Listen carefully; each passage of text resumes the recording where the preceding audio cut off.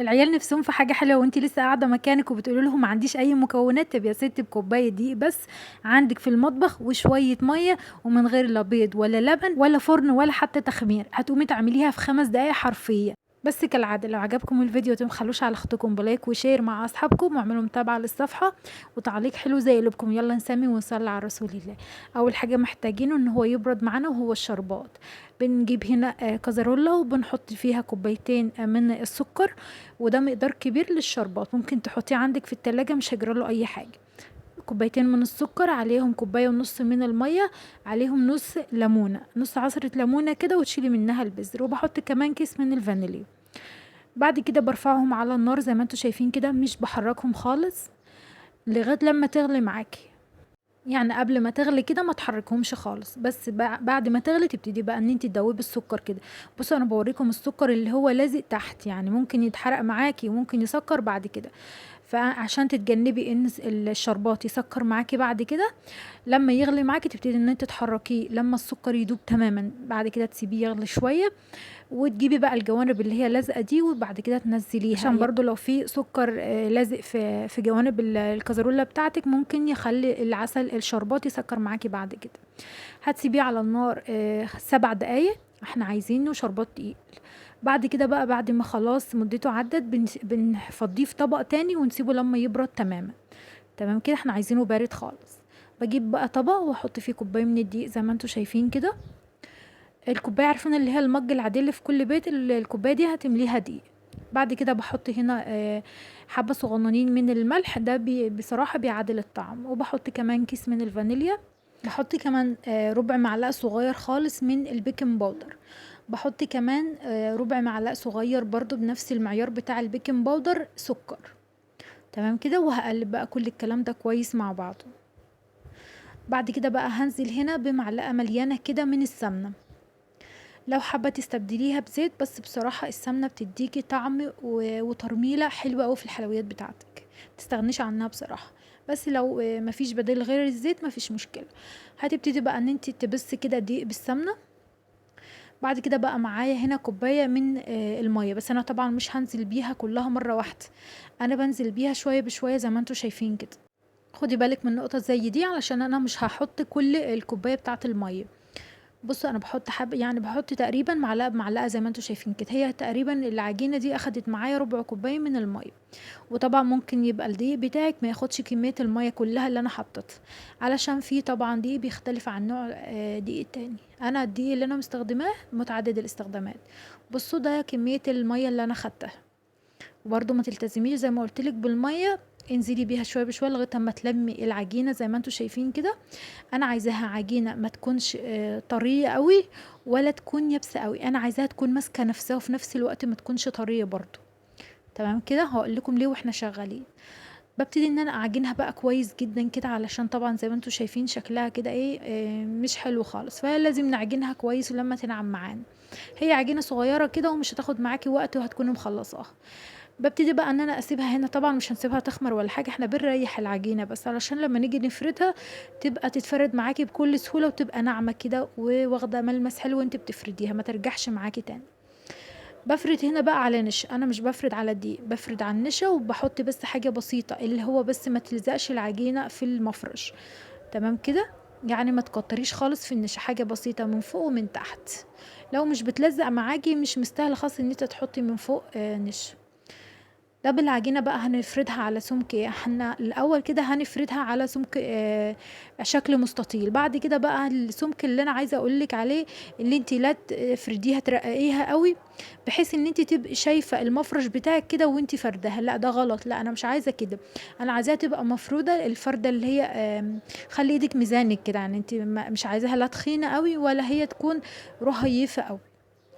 تمام كده علشان الحلوة بتاعتك تنفخ معاكي في الزيت. بصوا بقى هنا انا بحيث ان انا عايزاها ما تكونش تخينه وفي نفس الوقت زي ما قلت لك ما تكونيش شايفه المفرش اللي انت شغاله عليه، لا. تمام كده، انا بجيب هنا قطاعه اللي هي قطعه بيتزا، قطعه من اللي هي المشرشره ديت، سكينه المتوفر عندك. وهتجيبي الجوانب بتاعتك زي ما انت شايفاها كده وهتساوي العجينه بتاعتك.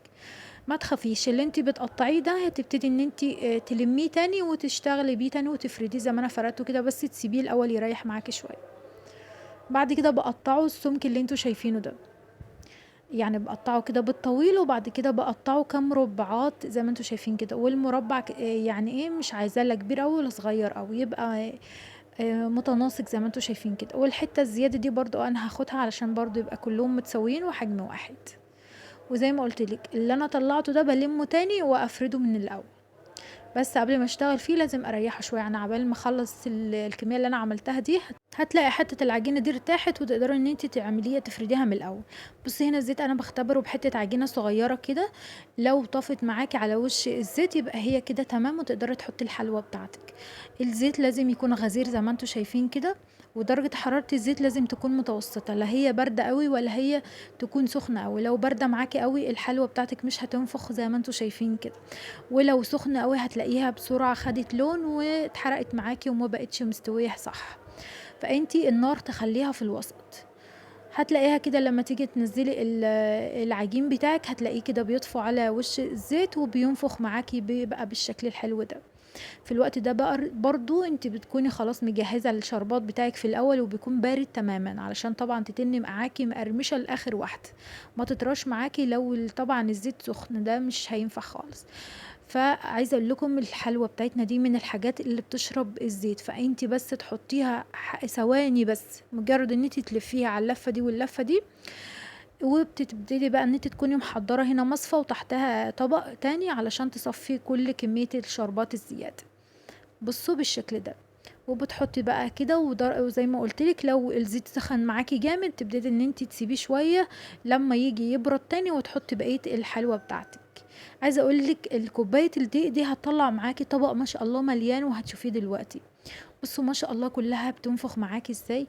برضو نسيت اقول لكم ان البيكنج باودر ما تزودهوش عن ربع معلقه صغير علشان خاطر ما تفتحش معاكي. والسكر برضو ما تزودهوش، يعني ربع معلقه صغير علشان لما تحطيها في الزيت ما تاخدش لون بسرعه منك. خدي بالك من الحاجات دي، انا ان شاء الله هسيب لكم المقادير في اول تعليق مثبت. تمام كده، وهتعملي احلى حلويات يا جماعه، حلويات سهله وسريعه وزي ما شفتوا من غير تخمير ولا فرن ولا غلبه كتير، وهم بشويه ميه وشويه دقيق، وهتعملي احلى حلويات للاولاد. لو نفسهم في حاجه حلوه كده قومي يا ست الكل هاتي شويه الدقيق اللي عندك واعملي احلى حلويات للاولاد، بجد خطيره يا جماعه. بصوا انا ساعات انا بس بخليها تاخد لون ذهبي مش اكتر من كده، ما تزوديش في التسويه علشان ما تاخدش لون معاكي غامق، بتخليها باللون الذهبي الحلو ده. وزي ما انتم شايفين كل الحلوه بتاعتنا بتنفخ ازاي. وفي ملاحظة كمان هقولك عليها ان انتي ما ترقيش العجينة جامد، فانا قلت لكم كده وانا بفرد العجينة علشان خاطر ايه، مش هتنفخ معاكي في الزيت. لو خلتيها رفيعة او رقيقة قوي مش هتنفخ معاكي من الزيت، لا انا عايزة السمك بتاعها يكون حلو علشان الحلوة بتاعتك كلها تنفخ بالشكل ده. تمام كده. بصوا انا بديها قلبة والتانية كده، يعني بقلبها على الناحيتين، وخدي بالك من الحاجات الهشة اللي بتتكسر معاكي بسرعة، علشان بصي هوريها لك بقى في الاخر حاجة كده تحفة. خدي بالك وانت بتقلبيها في الزيت، يعني ما بالراحة كده علشان ما تتكسرش معاكي.